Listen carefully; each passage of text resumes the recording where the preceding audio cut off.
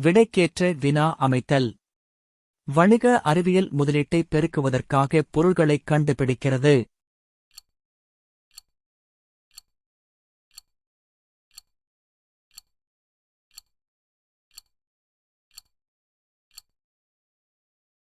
சரியான விடை பி. எத்தகைய முதலீட்டை பெருக்குவதற்காக பொருள்களைக் கண்டுபிடிக்கிறது? அகர வரிசைப்படுத்துக. கேள்வி: பொழிக்கும், நயி, போது, மஞ்சை, நல்குவர், சாவகர்.